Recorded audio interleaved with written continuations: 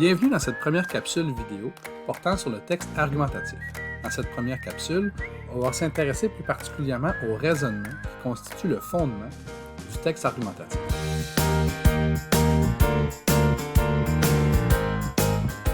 Pourquoi est-ce qu'on écrit un texte argumentatif?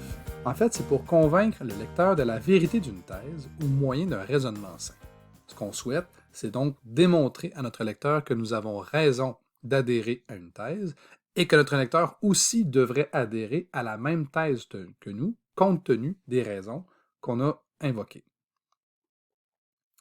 Donc, raisonner, c'est quoi? C'est enchaîner des jugements dans un ordre selon lequel la vérité de l'un d'eux, appelée conclusion ou thèse, résulte de sa relation logique avec un ou plusieurs autres jugements appelés prémices ou arguments. En fait, les prémices, arguments, sont les jugements servant de fondement pour appuyer l'adhésion à une conclusion, thèse, plus controversée. Donc, on veut démontrer la vérité d'une thèse à notre lecteur, et pour y arriver, on va invoquer des raisons ou des arguments ou encore des prémices, trois mots qui, dans ce cas-ci, vont désigner la même idée. Donc, l'idée, c'est d'apporter de bonnes raisons pour amener le lecteur à adhérer, comme nous, à la thèse. Donc, si on veut résumer, un raisonnement aura toujours la forme générale suivante, c'est-à-dire qu'on va apporter un certain nombre d'arguments, leur nombre peut être variable, et à partir d'eux, on va pouvoir inférer la vérité d'une thèse. Ce lien d'inférence peut être exprimé par plusieurs marqueurs de relation, par exemple donc, alors, par conséquent, c'est pourquoi, et il y en a bien d'autres. Donc voici ici un exemple de raisonnement.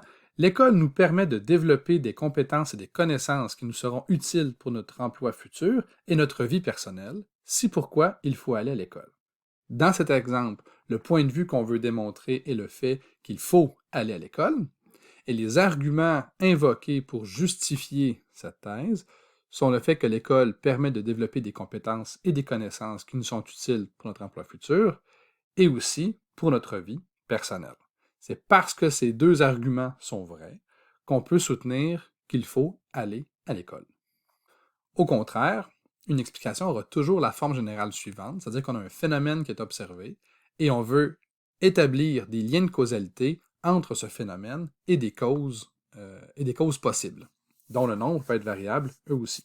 Le lien de causalité pourrait être exprimé de différentes façons, par exemple avec des mots comme donc, alors, par conséquent, c'est pourquoi.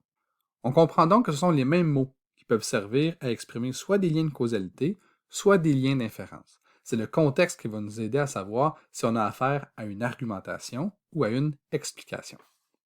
Alors, un exemple d'explication, j'ai beaucoup d'amis et je sens que je me réalise grâce à mes activités parascolaires, c'est pourquoi j'aime l'école. Donc, la conséquence, le fait que je souhaite expliquer, c'est le fait que j'aime l'école et j'explique ce phénomène-là en invoquant des causes, c'est-à-dire, première cause, c'est parce que j'ai beaucoup d'amis, et deuxième cause, parce que je sens que je me réalise grâce à mes activités parascolaires.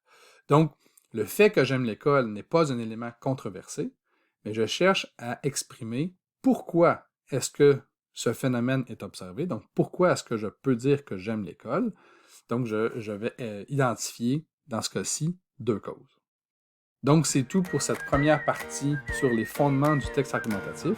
Merci beaucoup.